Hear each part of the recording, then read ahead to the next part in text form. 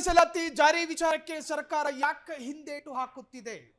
ರಾಜ್ಯಪಾಲರ ಅಫಿಷಿಯಲ್ ಅಂಕಿತ ಬಿದ್ದರೂ ಕೂಡ ಸರ್ಕಾರ ಆಸಕ್ತಿ ತೋರಿಸುತ್ತಿಲ್ಲ.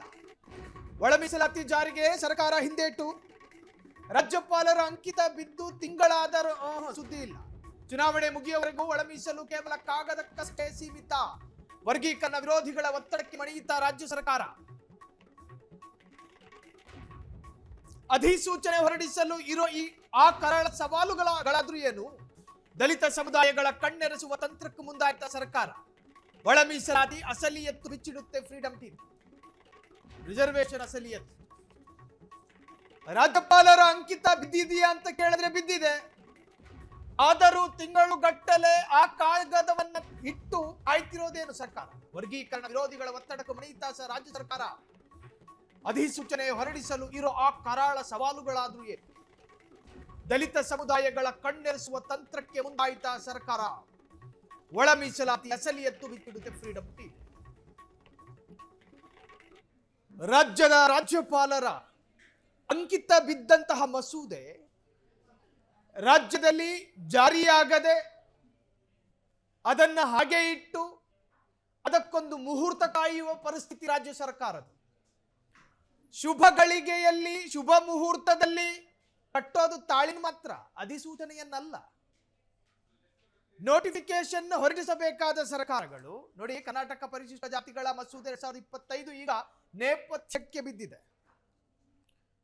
ಗೆಜೆಟ್ ಪ್ರಕಟಿಸಲು ಸರ್ಕಾರಕ್ಕಿರೋ ಅತಿ ದೊಡ್ಡ ಭಯ ಯಾವುದು ಗೊತ್ತಾ? ಶಾಕ್ ಆಗ್ತೀರಿ. ನೇಮಕಾತಿಗಳಲ್ಲಿ ಒಳ ಮೀಸಲು ಜಾರಿ ಮಾಡಿದ್ರೆ ಎದುರಾಗೋ ಸವಾಲುಗಳೇನು? ಒಳ ಮೀಸಲು ಜಾರಿಯಾದ್ರೆ ಸರ್ಕಾರಕ್ಕೆ ಕಾನೂನಾತ್ಮಕ ತಲೆನೋವುಗಳೇನು? ದಲಿತ ಉಪವರ್ಗಗಳ ನಡುವಿನ ಸಂಘರ್ಷಕ್ಕೆ ಹೆದರಿ ಸರ್ಕಾರ ಸೈಲೆಂಟ್ ಆಯ್ತಾ? ಮಹತ್ವಾಕಾಂಕ್ಷಿ ಮಸೂದೆಗೆ ಗ್ರಹಣ ಹಿಡಿದಿದೆಯಾ? ನೋಡಿ, ಕರ್ನಾಟಕ ಪರಿಶಿಷ್ಟ ಜಾತಿಗಳ ಮಸೂದೆ 2025 ಈಗ ನೇಪಥ್ಯಕ್ಕೆ ಸರಿಯುತ್ತಿದೆಯೇ? ಗೆಜೆಟ್ ಪ್ರಕಟಿಸಲು ಸರ್ಕಾರಕ್ಕಿರುವ ಅತಿ ದೊಡ್ಡ ಭಯ.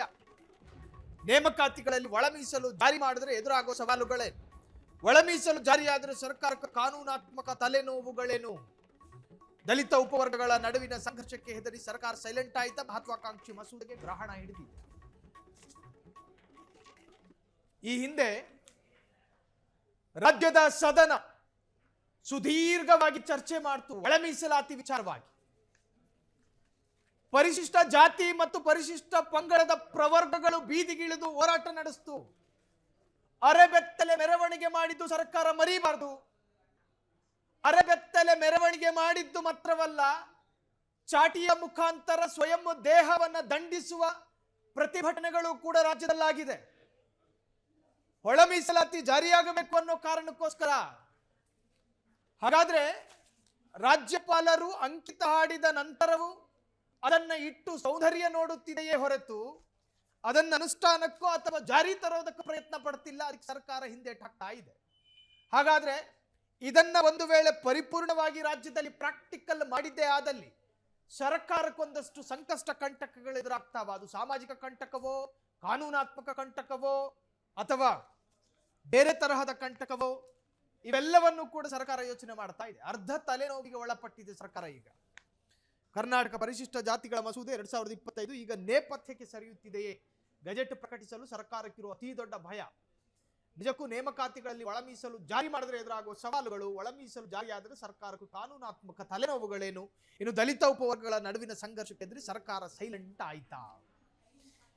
4 ಲಕ್ಷ ನೋಡಿ, ನೇಮಕಾತಿ ಆಗಲಿಲ್ಲ ಅನ್ನೋ ಕಾರಣಕ್ಕೋಸ್ಕರ ಇಲ್ಲಿನ ವಿದ್ಯಾರ್ಥಿ ವರ್ಗ ಕರ್ನಾಟಕದಲ್ಲಿ ಒಂದು ತರಹದ ಕ್ರಾಂತಿಯ ಹೋರಾಟಗಳನ್ನು ಮಾಡ್ತಾರೆ.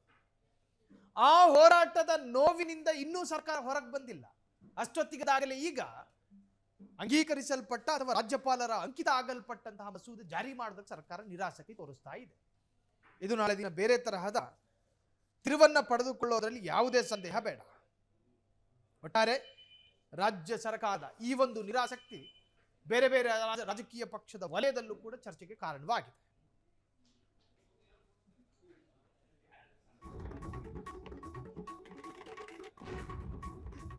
ಕ್ಷಣ ಕ್ಷಣದ ಸುದ್ದಿಗಳಿಗಾಗಿ ಫ್ರೀಡಂ ಟಿವಿ ಸಬ್ಸ್ಕ್ರೈಬ್ ಮಾಡಿ, ಲೈಕ್ ಮಾಡಿ ಹಾಗೂ ಫಾಲೋ ಮಾಡಿ. ಹೊಸ ಸುದ್ದಿಗಳ ನೋಟಿಫಿಕೇಶನ್ಗಾಗಿ ಬೆಲ್ ಐಕಾನ್ ಮೇಲೆ ಕ್ಲಿಕ್ ಮಾಡಿ.